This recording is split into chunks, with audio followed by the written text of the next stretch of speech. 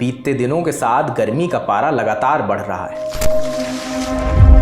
हर दिन heat stroke से होने वाली मौत के आंकड़े भी बढ़ रहे हैं। इंडियन एक्सप्रेस की एक रिपोर्ट के मुताबिक पिछले 50 सालों में लू लगने से 17,000 से ज़्यादा लोगों की जान चली गई। आईएमडी की रिपोर्ट बताती है कि यूपी में साल 27 मई को गर्मी की वजह से 10 लोगों की जान चली गई। वहीं राजस्थान में पिछले एक हफ्ते में 35 लोगों की। आज आपको इन्हीं में से कुछ कहानियाँ सुनाएंगे।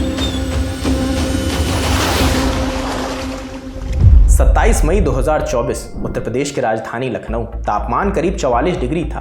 तपती दोपहर में एक ऑटो स्टेशन रोड के पास रुका।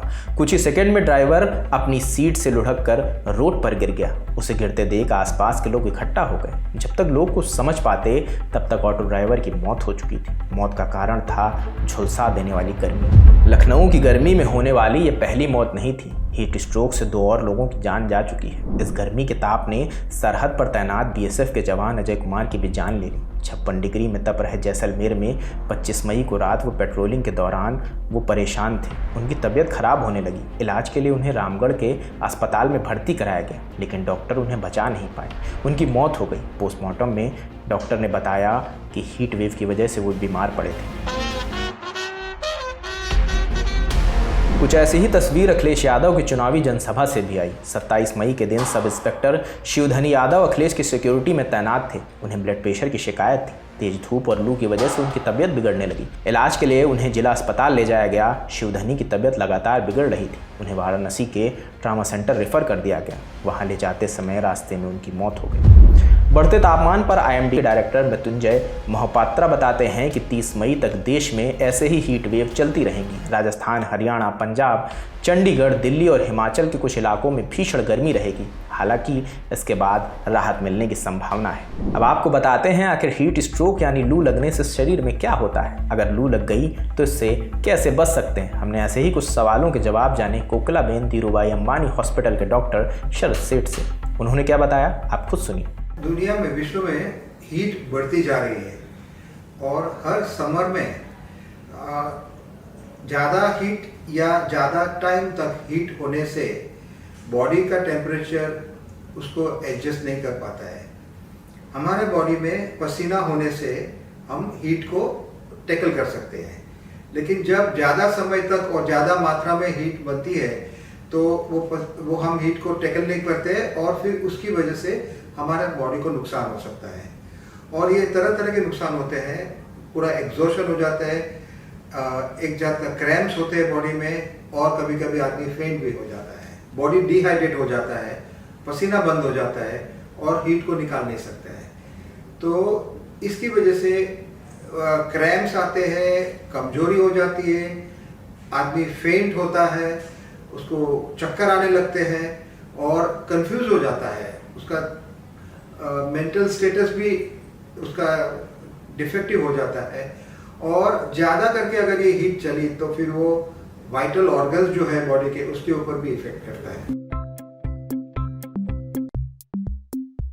समर में हमको बहुत सावधानी रखनी चाहिए। अभी जैसे मैंने बताया कि ग्लोबल वार्मिंग बहुत बढ़ते जा रहा है और अब जब मई का महीना आएगा तो हो सकता है कि अभी यहाँ पे तो बॉम्बे में तो ह्यूमिडिटी है तो इतना हीट का इतना डेंजर नहीं है, लेकिन अगर लखनऊ यूपी साइड जाएंगे तो वहाँ पे बहुत ही डेंजर है हीट का।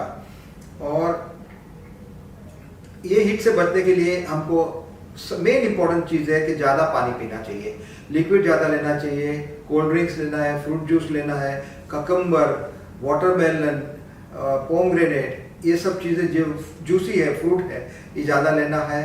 सो मेन थिंग यही है कि पानी की मात्रा, लिक्विड ज़्यादा से ज़्यादा इस्तेमाल करना चाहिए। और ये एक्सट्रीम हीट में ज़्यादा समय तक रहना अवॉइड करना है। एयर कंडीशनिंग में रहना है और पतले कपड़े और कम कपड़े पहनना है, जिससे पसीना से वो एयर कंडीशनिंग चालू रहे और हीट बॉडी में से निकल जाए। हीट स्ट्रोक एक लाइफ थ्रेटनिंग इमरजेंसी है जो जानलेवा हो सकती है, जिसको लू बोलते हैं कॉमन वर्ड में। तो लू जो अगर हुआ तो जितना हो सके जल्दी शेडी जगह पे और कूल जगह पे जाना है और इनको वेट टॉवेल्स वगैरह लपेटना है या उनको वेट टब में डुबाना है या उनको आइस आर्म पिट में, ग्रोइन में, बैक में मसलना है। तो जिस तरह से उनका कुछ भी करके उनकी हीट को निकालना है बॉडी में से। एयर कंडीशनिंग रूम इस्तेमाल करना है। और इनसे क्या होता है, आदमी डिहाइड्रेट हो जाता है तो हॉस्पिटल का सहारा लेके नस के अंदर सलाइन और हाइड्रेशन थेरेपी और इलेक्ट्रोलाइट इम्बैलेंस होता है, sodium, potassium, chloride, magnesium, calcium. तो ये सब इलेक्ट्रोलाइट को चेक करते हुए उसको रिप्लेनिश करना है, माने उसको देना है, रिफ्यूल करना है। सो पानी और इलेक्ट्रोलाइट रिफ्यूल करना इमरजेंसी में तात्कालिक आवश्यकता है, नहीं तो ये जानलेवा हो सकता है। आखिरी में आपसे बस इतना ही कहेंगे, इस बढ़ती गर्मी के साथ अपना और अपनों का ध्यान रखें। इस खबर पर आपका क्या कहना है हमें कमेंट सेक्शन में बताएं। आपके लिए सारी जानकारी जुटाई थी हमारी साथी रक्षा ने। मेरा नाम रजत है। देश और दुनिया की तमाम खबरों के लिए देखते रहिए दिल लंडन। शुक्रिया।